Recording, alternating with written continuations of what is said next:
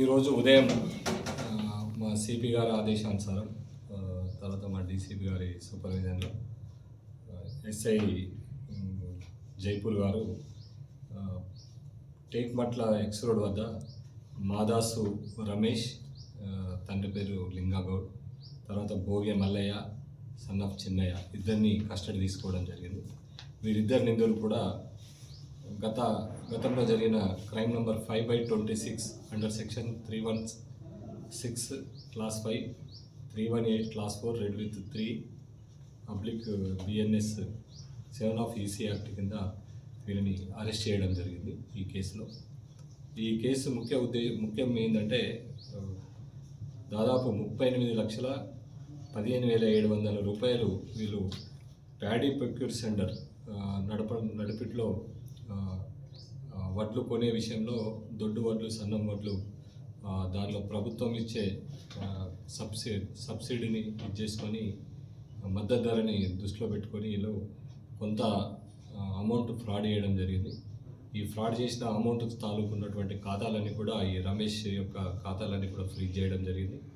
తర్వాత ఈ paddy procurement సెంటర్లో ఈ లారీతోని రైస్ మిల్లర్స్ కూడా పార్సల్ చేసే విషయంలో కూడా ఈ ట్రిప్ షీట్స్ కూడా మేము వెరిఫై చేయడం జరుగుతుంది.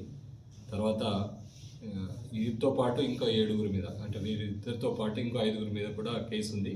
అందులో కొండపర్తి ప్రభాకర్, కొండ వెంకటేష్, అటుకూరి రమణారెడ్డి, అవునూరి రాకేష్, మాదాస్ లావణ్య, భోగమల్లె ఇప్పుడు కష్టంలో ఉన్నారు. ఇంకో 5 వ్యక్తులు పరారులో ఉన్నారు. వాళ్ళని కూడా త్వరలో పట్టుకొని రిమాండ్ పంపడం జరుగుతుంది. వీరి వద్ద ఇప్పటివరకు ఆ ప్యాడీ ప్రొక్యూర్మెంట్కి సంబంధించిన రిజిస్టర్స్ అన్నీ కూడా, తర్వాత ల్యాప్టాప్స్ అన్నీ కూడా సీజ్ చేయడం జరిగింది. మిగతా కూడా ఇన్వెస్టిగేషన్ ప్రాపర్గా చేసి ఈ డబ్బులన్నీ కూడా రికవర్ అయ్యేటట్టు, తర్వాత వీళ్ళు చేసిన దీని మీద కూడా వీళ్ళని మళ్ళా పోలీస్ కస్టడీ తీసుకొని వీళ్ళ మీద తదుపరి విచారణ చేయడం జరుగుతుంది. సార్, ఒకటి బయట ప్రచారం ఉన్నదంటే 15 నుంచి 20 మంది ఉన్నారు ఇలా. దీనిలో మీరు అన్నట్టు ఇంకా చాలామంది ఫేక్ రైతులు ఉన్నట్టు కూడా తెలుస్తున్నది. వాళ్ళని కూడా ఖచ్చితంగా రికార్డు మీద ఏ రకమైనటువంటి వాళ్ళకు డబ్బులు వచ్చినట్టు ఇట్లా మేము అవన్నీ తీసుకుంటున్నాం కార్పొరేషన్ నుంచి. ఎవరెవరికి ఎంతమంది రైతులకు ఎన్ని డబ్బులు పడ్డాయి, కొంతమంది 3 ఎకరాలు ఉన్న వాళ్ళకు 30-35 లక్షలు అట్లా పడ్డట్టు కూడా కొంత ఇది జరుగుతుంది.